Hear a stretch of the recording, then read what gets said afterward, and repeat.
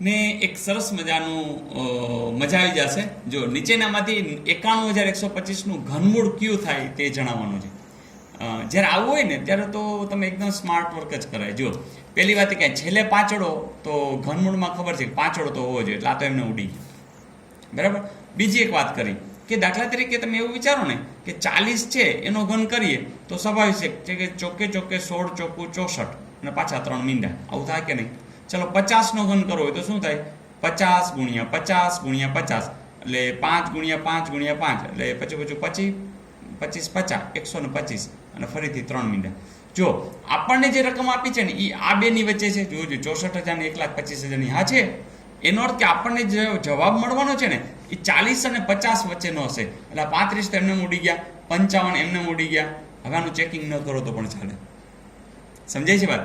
તો આ પણ તમે સ્માર્ટ વર્ક કરી શકો છો. ને એક સરસ મજાનો ક્વેશ્ચન, એક વર્તુળાકાર બગીચાનો વ્યાસ 28 મીટર છે. ઓકે, એક બગીચો છે ને એને 28 મીટર એનો વ્યાસ છે. આ બગીચાને ફરતે 7 મીટર પહોળો એક જોગિંગ ટ્રેક બનાવવાનો છે. તો આ જોગિંગ ટ્રેકનું ક્ષેત્રફળ કેટલું થાય? મિત્રો અહીંયા જો એકદમ સ્માર્ટ વર્ક કરવું હોય ને તો હમણાં 2 સેકન્ડમાં જવાબ આપી શકે. શું કામ ખબર છે? કે એને 2-3 વસ્તુ દર્શાવી છે, એના ઉપરથી જ પકડાય છે. પહેલી વાત એ કે તમે જ્યારે ક્ષેત્રફળ ગોતતા હોય ને ત્યારે એનો જવાબ જો આ મીટરમાં હોય ને તો આ મીટરમાં જાય એટલે ચોરસ મીટર જવાબ આવે. ખાલી મીટર તો આવે નહીં, એટલે એમને નીકળી ગયું. ચોરસ સેમી તો આવે નહીં, એમને નીકળી ગયું. હવે આવ્યું 2 જ વસ્તુ કે અહીંયા ચોરસ મીટર છે ને આ ચોરસ મીટર, આ બેમાંથી જ જવાબ હશે.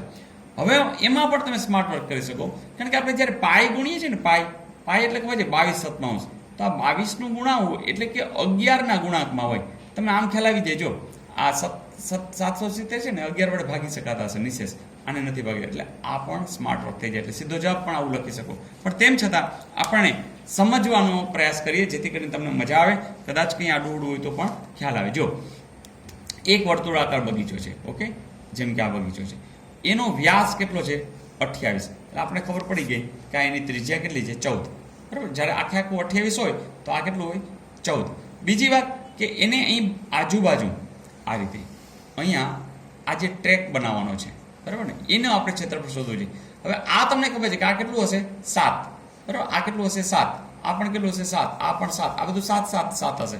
તો એક કામ કરી આપણે જોઈ લઈએ કે જો આટલો ભાગ 14 છે, આટલો 7 છે, તો અહીંથી અહીં સુધીનું કેટલું હશે? 21. એને મોટી ત્રિજ્યા r કહી દઈ. અહીં સુધીનું કેટલું છે? 14. એને આપણે નાની સ્મોલ r કહી દઈ. આપણે શું સ્માર્ટ વર્ક કરશું કે જો તમારે આટલો ભાગ શોધવો હોય તો એક કામ કરીએ, અહીંથી આખાઈનું શોધી લઈ પહેલાં, ઓકે, અને એમાંથી આટલું બાદ કરી નાખી. જોજે, મોટા વર્તુળનું શોધવા માટે મોટી ત્રિજ્યા લેશું, નાના વર્તુળને શોધવા માટે નાની ત્રિજ્યા લેશું. પહેલાં મોટાનું શોધી આટલું બાદ કરી નાખી એટલે આપણે જે જોતું હોય એ મળી જાય. બીજી રીતે કહીએ તો મોટું એટલે પાયર સ્ક્વેર કહેશું, નાનું એટલે સ્મોલ પાયર સ્ક્વેર, બરાબર ને, આર છે સ્મોલ કરશો અને એની શું કરી નાખશું? બાદ બાકી, એટલે આપણને જવાબ મળી જશે. મિત્રો પાઈને સામાન્ય કાઢવું તો કાઢી લ્યો, એટલે કે r² ઓછા r². મિત્રો આનું પણ તમે સ્માર્ટ વર્ક કરી શકો. ચલો, પાય એટલે 22/7, આ r² ઓછા r², આ તો ન જેવું છે x² ઓછા y². તો આટલું બધું વર્ગ નો કરવા હોય તો એ સહેલું પડે. એકમાં બાદબાકી, એકમાં સરવાળો અને પછી એનો ગુણાકાર. ચાલો r², ચાલો r કેટલા લેશું આપણે? 21 નો વર્ગ ઓછા આ છે 14. જુઓજે, હવે ફરીથી આ ટેકનિકનો ઉપયોગ કરો. 22/7, 21 ઓછા 14, બીજા કૌંસમાં 21 વત્તા 14. ચાલો જોઈએ, 22/7, 21માંથી 14 છે તો 7, અને આ કરશો તો 35. ચાલો 7 7 તો ઉડી ગયા. એનો અર્થ કે તમે 22ને 35 વડે ગુણવાના છે. બીજી વાત, હું આમ ન કરી શકું 35 ગુણ્યા 2 ગુણ્યા 11. ચાલો 35 ગુણ્યા 2 ગુણ્યા 11, કારણ કે 11 દુ 22, સહેલું પડશે. 35 દુ 70, 70 ગુણ્યા 11, એટલે કે જે જોઈએ જવાબ છે એ જ 770. ઓકે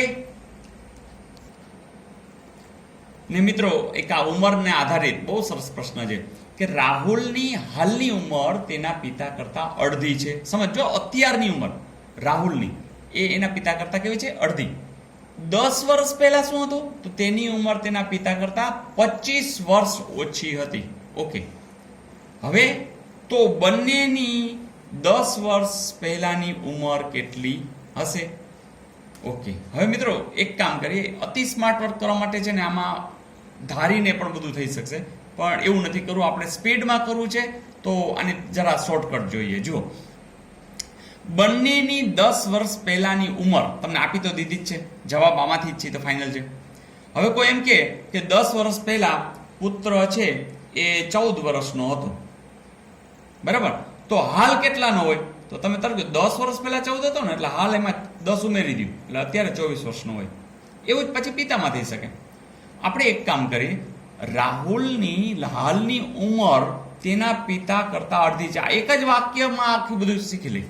આ બાકીનું સાચું જ હશે, પણ આમાં ચેકિંગ કરવાની જરૂર નથી, જોઈ લઈ. જે જવાબ છે 10 વર્ષ પહેલાની ઉંમરનો છે, અને આપણે જાણીએ છીએ કે રાહુલની હાલની ઉંમર આપણે જો ગોતી લઈ તો કામ પતી જશે. આ બધા 10 વર્ષ પહેલાના છે, તો હાલનું જ ગોતવું હોય તો તમે 10 ઉમેરી અને જ્યાં આપણે રાહુલની હાલની ઉંમર એના પિતા કરતા અડધી થઈ જતી હોય એ જવાબ ગણી લે. ચાલો આમાં 10 ઉમેરો તો આ કેટલા થશે? 25.